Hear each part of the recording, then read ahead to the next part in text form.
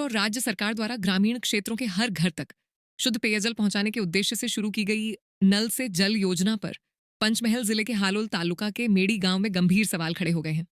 ग्रामीणों ने योजना में बड़े पैमाने पर भ्रष्टाचार और अनियमितता के आरोप लगाए हैं। सरकारी रिकॉर्ड के अनुसार मेड़ी गांव के 625 घरों में पेयजल सुविधा पहुंचा दी गई है, लेकिन ग्राउंड रिपोर्ट में चौंकाने वाली तस्वीर सामने आई। गांव के कई परिवारों का कहना है कि आज तक उनके घरों में पानी की एक बूंद भी नहीं पहुंची।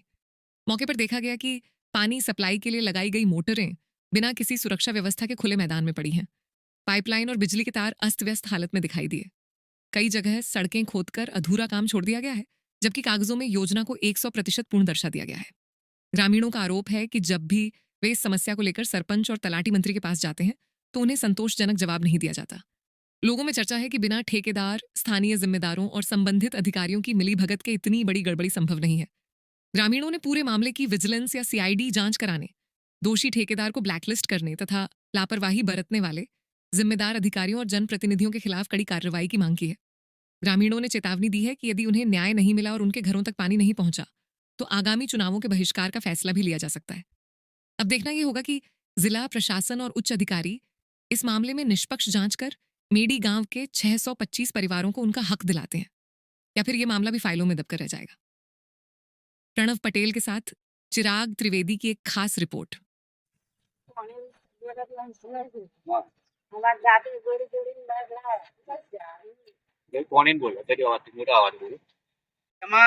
એમણે ચોપડો ત્યાં મૂકી દે છે, ત્યાં બધાની સાઇન કરાવી લે છે। હવે વાત કરીએ તો મેં લેખિત ફરિયાદ કરી હતી 2/5/2025ના રોજ કે આપણે પાઇપલાઇન લીકેજ છે તો એને રિપેરિંગ વર્ક કરવાનું છે। એની લેખિત અરજી મેં તલાટી કમ મંત્રીશ્રીને આપી, પણ આજ દિવસ સુધી એ એટેન્ડ કરવામાં આવ્યું નથી। હજુ પણ તમે જોવા જાઓ તો એની એ જ કન્ડિશનમાં છે, બરાબર। અને કાલે બી મેં જાણ કરી હતી કે અત્યારે આ અરજી આપી હતી નિરાકરણ શું આવ્યું, તો એમનો જવાબ થઈ જશે। દર વખતે એક જ જવાબ મળે છે। તમારા તલાટી શ્રી રેગ્યુલર પંચાયતમાં આવે છે? મંગળવાર અને ફ્રાઈડે આવે છે, બરાબર। પણ એ અમે જઈએ છીએ ત્યારે સરખો જવાબ કોઈ જોડેથી મળતો નથી। સરપંચ બી ભાગે છે અમારાથી, અમને કોઈ જવાબ આપવા તૈયાર નથી। કોઈ કામ કરવું નહીં, મારે હવે થોડો સમય છે એટલા માટે મારે કોઈ કામ કરવું, આવા જવાબો અમને મળે છે। બીજી વાત કરું પીએમ આવાસ યોજના અને મનરેગા વિશે। મારા ગામને મેં ઓનલાઈન ડેટા સર્ચ કર્યા, એમાં જાણવામાં આવ્યું કે મેં ખુદ અને મારા ગામના બધા જે અમુક લોકો છે, છોકરાઓ છે જે ઓનલાઈન મારફતે તપાસ કરે છે, અને ખુદ મેં તપાસ કરીને આજે ડેટા એકઠા કર્યા ત્યારે જાણવામાં આવ્યું કે ગામની અંદર આવાસો બની ગઈ છે। તો જે મંજૂર થયેલી ઓનલાઈન ડેટામાં જે આવાસ મંજૂર થઈ બતાવે છે, તો એ આવાસ બની નથી તો પૈસા કઈ રીતે આપવામાં આવ્યા, અને એ જ ગામના માણસને મનરેગાના પૈસા બી ચૂકવાયા છે। જ્યારે આવાસ બની જ ના હોય તો મનરેગાનો રોજગાર અને આવાસના પૈસા કયા હિસાબે કઈ પ્રોસેસથી આપવામાં આવ્યા છે, મારું એ કહેવું છે। તો મારી એટલી જ અરજી છે। અને આ મુદ્દો એકચ્યુઅલમાં મેં 2/5/2026ના રોજ ટીડીઓને અરજી આપી હતી કે મનરેગા અને પીએમ આવાસમાં અમારે ભ્રષ્ટાચાર છે, તો એની તપાસ માટે અરજી આપી હતી। આજ દિન સુધીમાં એનો કોઈ જવાબ બી આવ્યો નથી। તો હું આગળ કલેક્ટરશ્રી, ડીડીઓશ્રીને અરજી આવેદન આપવા માટે જવું છે મારે। તો એના માટે મેં ખાસ કરીને જલ જીવન મિશન અંતર્ગત જે મેં ઓનલાઈન ડેટામાંથી ઠરાવપત્ર, પછી સર્ટિફિકેટ જે અમારા ગામને હર ઘર જળ તરીકેનું મળ્યું છે એનું સર્ટિફિકેટ ટ્રુ કોપી કરાવવા માટે હું ગયો હતો તલાટી જોડે। તો તલાટીનો એવો જવાબ મળ્યો કે આ પત્ર ઉપર મારાથી સાઇન ના થાય। ઝેરોક્સમાં તો એમના સ્ટેમ્પ મારેલા છે, ગ્રામ પંચાયત તલાટીનું સાઇન છે, સરપંચની સાઇન છે, એના સ્ટેમ્પ છે। તો મને એમાં ટ્રુ કોપી કરવામાં એમને વાંધો શું હતો? કયા નિયમો હેઠળ એમને મને સાઇન ના કરી આપી? તલાટી વિશે તમારું શું કહેવું છે?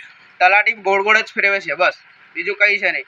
મેં આરટીઆઈ કરી હતી લગભગ બીજા મહિનામાં, પહેલે 21થી લઈને 25 સુધીના ગામના વિકાસ કામોની માહિતી માંગી હતી, બરાબર છે।